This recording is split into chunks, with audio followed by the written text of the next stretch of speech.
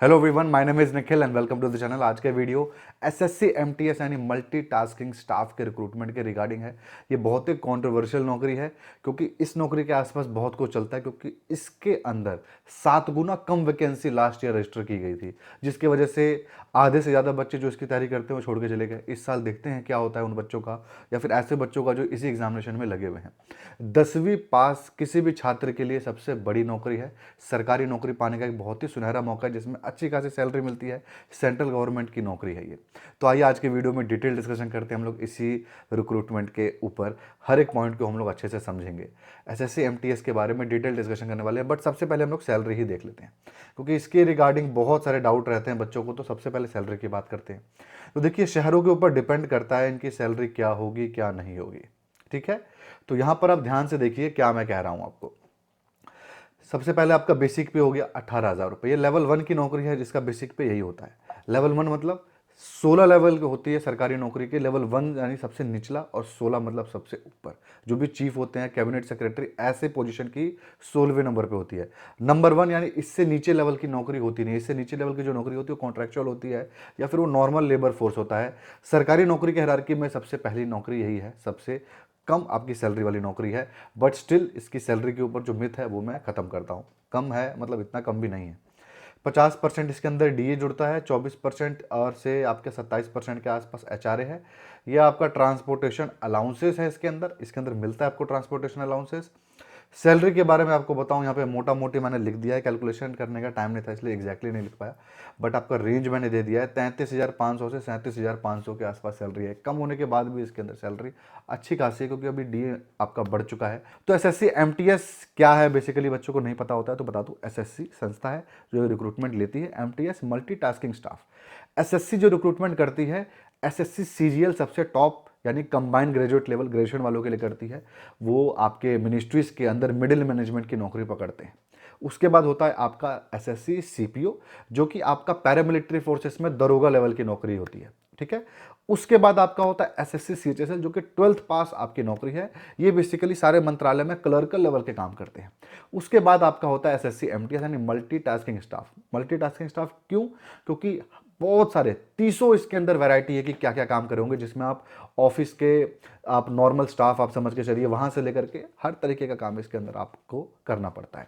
तो ये बेसिकली सबसे लोअर लेवल की नौकरी है सरकारी नौकरी के हायरार्की में, सेंट्रल गवर्नमेंट के अंदर, बट स्टिल सेंट्रल गवर्नमेंट की आपकी नौकरी है।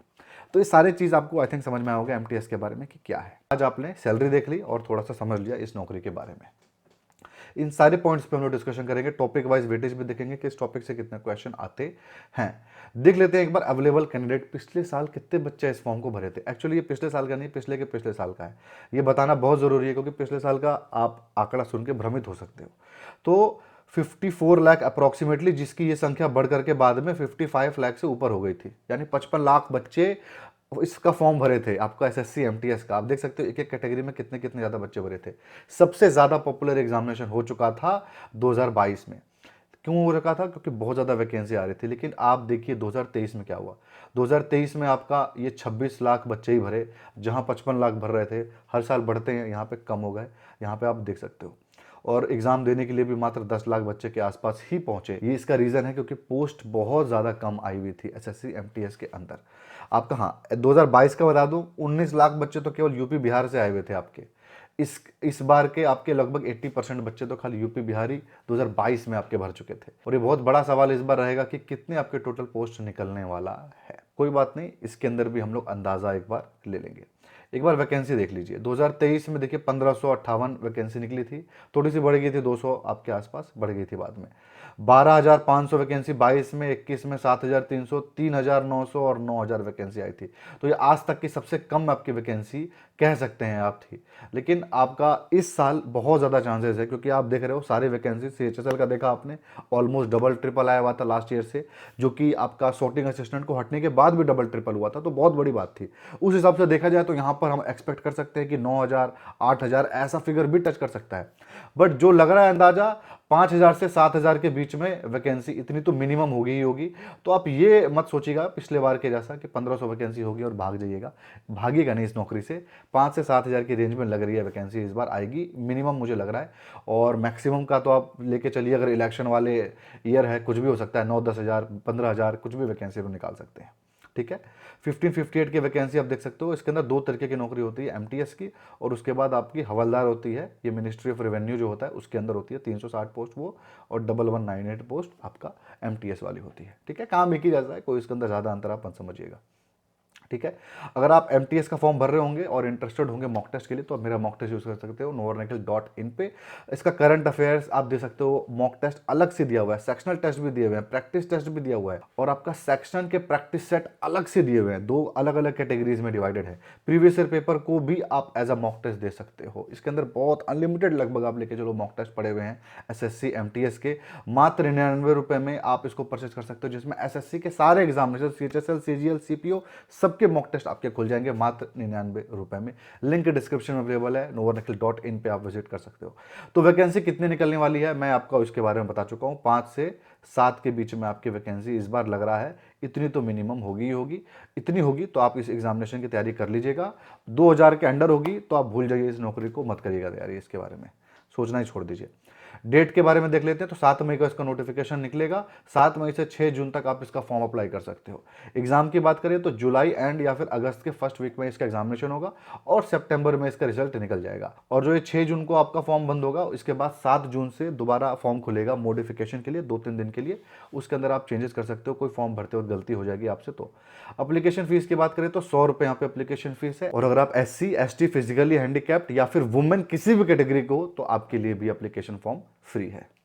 और अगर आप कुछ गलती हो जाती है, मॉडिफाई करते हो, तो 200 रुपये पर मॉडिफिकेशन लगेगा आपका, और तीसरी बार मॉडिफाई करोगे तो 500 रुपये आपका लगेगा मॉडिफिकेशन का। ठीक है, एज का क्राइटेरिया देख लीजिए, इसके अंदर 2 तरीके की नौकरी है। पहला एज का क्राइटेरिया आपका 18 से 25 है, दूसरा आपका 18 से 27 है। एमटीएस के अंदर जितनी भी पोस्ट है, ऑलमोस्ट सारी पोस्ट का एज का क्राइटेरिया 18 से 25 है। बस आपकी जो हवलदार की नौकरी है सीबीआईसी के अंदर, डिपार्टमेंट ऑफ रेवेन्यू के अंदर, उसके अंदर 18 से 27 साल तक के बच्चे अप्लाई कर सकते हैं। ठीक है, और आपका जो रिलैक्सेशन एज का मिलता है 3 साल 5 साल, वो यहाँ पर भी आपको मिलेगा ओबीसी SC ST के हिसाब से। अब एजुकेशन क्वालिफिकेशन की बात कर लेते हैं। ये आपका पिछले साल के नोटिफिकेशन का है, तो बस आपको इस बार ये 23 की जगह 24 आप कर लो, 1 अगस्त तक, यानी आपका ये जो वैलिड है सब कुछ इसके अंदर है। उम्र का भी जो आपका कैलकुलेशन जो है ना, वो आपका 1 अगस्त 2024 तक ही आपका होगा, यही होने वाला है। और नोटिफिकेशन आएगा, कुछ चेंजेस हो गए तो मैं आपको एक वीडियो के माध्यम से तो बताऊंगा ही। ठीक है, आपका 1 अगस्त से ही आपका काउंटिंग होगी। कोई भी 10th पास इसके अंदर अप्लाई कर सकता है, दोनों के दोनों ही पोस्ट के लिए आप 10th पास होने चाहिए बस, और कुछ भी नहीं। जो बच्चे इस साल 10th पास कर चुके हैं या फिर अगले 1-2 महीने में पास करने वाले हैं, सिर्फ वही अप्लाई कर सकते हैं। अगले साल आप पास करोगे तो आप नहीं अप्लाई कर सकते। ठीक है, इसके अलावा 10th में आपके क्या परसेंटेज थे, क्या लैंग्वेज थी, कोई फर्क नहीं पड़ता, आप अप्लाई कर सकते हो। सिर्फ 10th पास बच्चे ही इसके अंदर रिक्वायरमेंट है, और कुछ भी नहीं है, मेल फीमेल दोनों के लिए। एक क्राइटेरिया यहाँ पे देख लीजिए, फिजिकल टेस्ट एक है, ये आपका बताऊंगा वैसे तो एग्जाम पैटर्न में, यहीं पर बता देता हूँ। इसके अंदर वॉकिंग का टेस्ट लेंगे, बस चलना होगा, ब्रिस्क वॉकिंग आपको करनी होगी 1600 मीटर 15 मिनट में, और 1 किलोमीटर 20 मिनट में फीमेल के लिए, और मेल के लिए 15 मिनट में 1600 मीटर। ये आपका बस वॉक करके दिखाना होगा, आप हाँ चल सकते हो, फिट हो, बस इतना ही है। वो भी सारे पोस्ट के लिए नहीं है, सिर्फ और सिर्फ जो आपको स्पेशल एक पोस्ट बताया था ना हवलदार वाली, सीबीआईसी और सीबीएन के अंदर, बस उसके अंदर। बाकी किसी के अंदर ये चलने के भी नहीं दिखाना है आपको, कुछ भी नहीं करने की जरूरत है, बाकी सारे पोस्ट के लिए। ठीक है, इसलिए फिजिकली हैंडीकैप्ड बच्चे भी यहाँ पे अप्लाई कर सकते हैं। दूसरा एक फिजिकल टेस्ट है, जिसका कुछ भी टेस्ट नहीं है, बस आपका हाइट वगैरह मेजर करेंगे। तो 157 सेंटीमीटर मेल के लिए मिनिमम हाइट चाहिए, और चेस्ट आपकी मिनिमम 81 सेंटीमीटर होनी चाहिए, जो कि 5 सेंटीमीटर फुल करके 5 सेंटीमीटर फुल जाए, 86 हो जाए।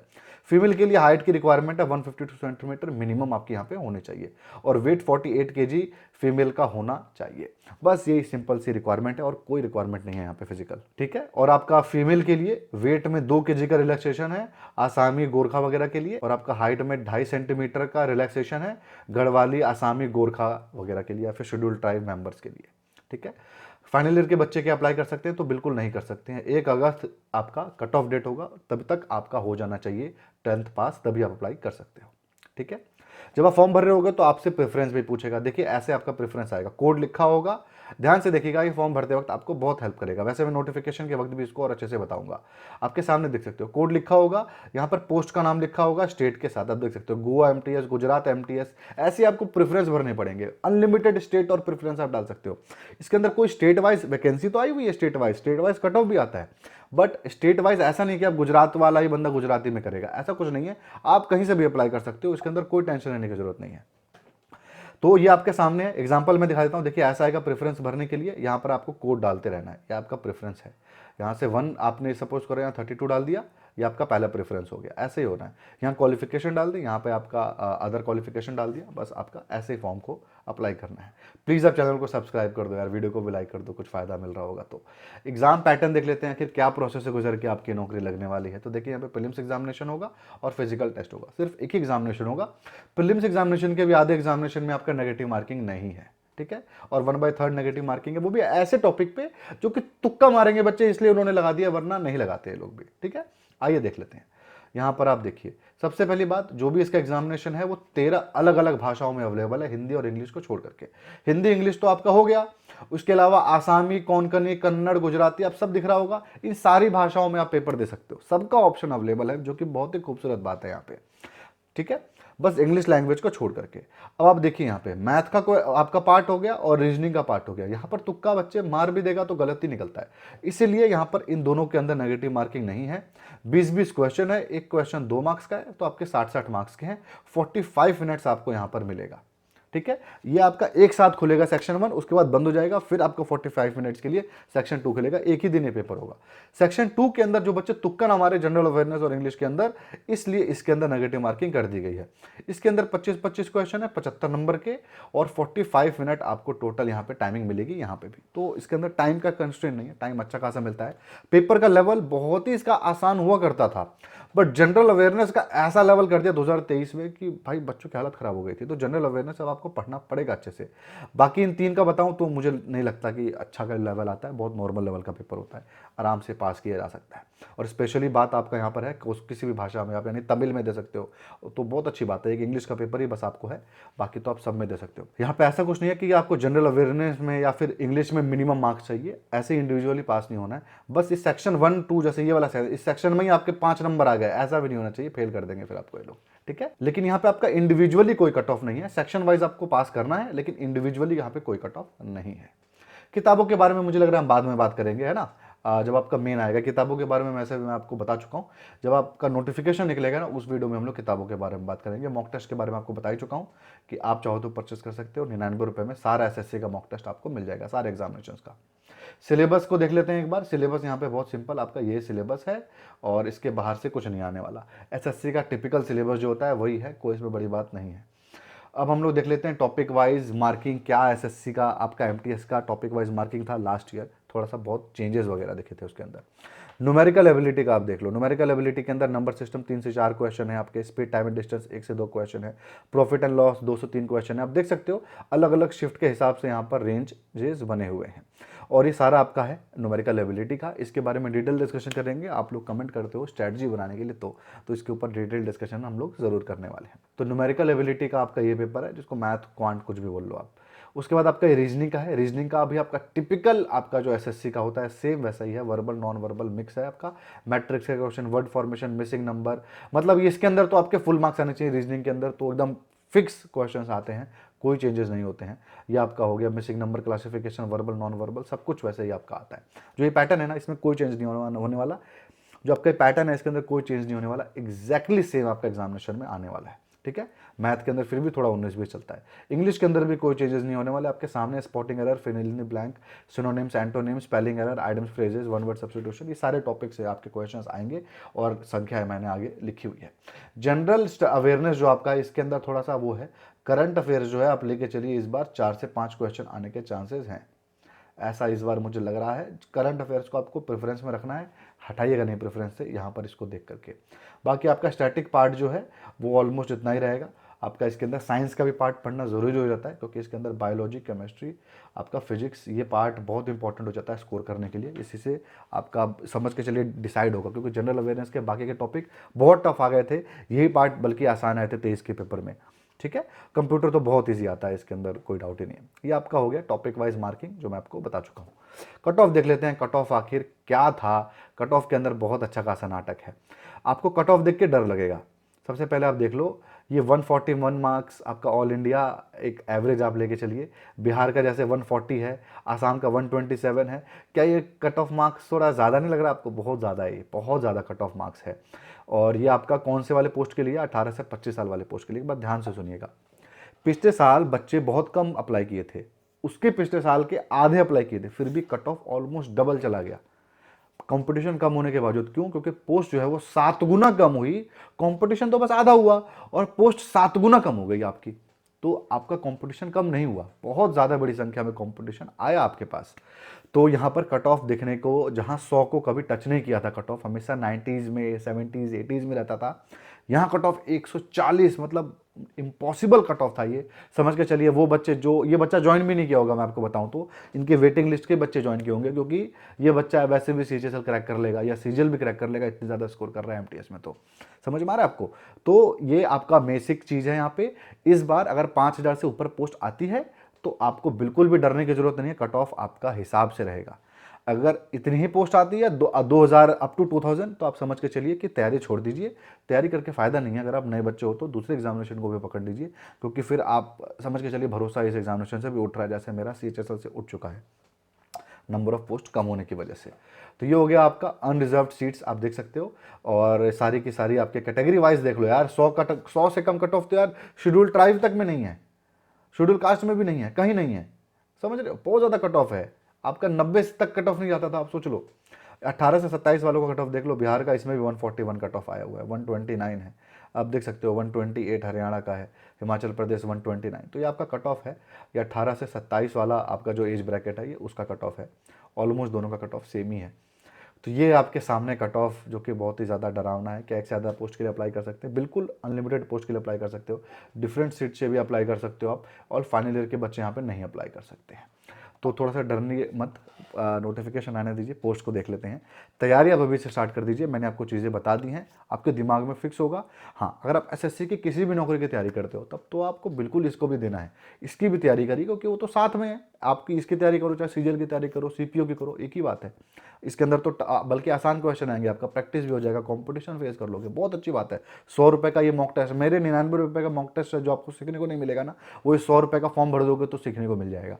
तो ये ज़्यादा ज़रूरी है। भले मेरा मॉक टेस्ट मत लेना, ये ज़रूर आप भर देना अगर आप किसी भी एसएससी के एग्जामिनेशन को टारगेट करते हो तो। ठीक है, तो आपको समझ में आया होगा कि क्या क्या चीज़ें थी, क्या क्या डिटेल था। इसके नोटिफिकेशन आते ही हम और भी चीज़ें डिटेल में देखने वाले हैं। तो बस ये था आज के वीडियो में। आई होप आपको इस वीडियो से फ़ायदा मिला होगा। फ़ायदा मिला तो इस वीडियो को लाइक ज़रूर करें, कमेंट करें अपने डाउट को, और अगर आपको ऐसे और वीडियो देखने होंगे तो आप चैनल को भी जो सब्सक्राइब करें।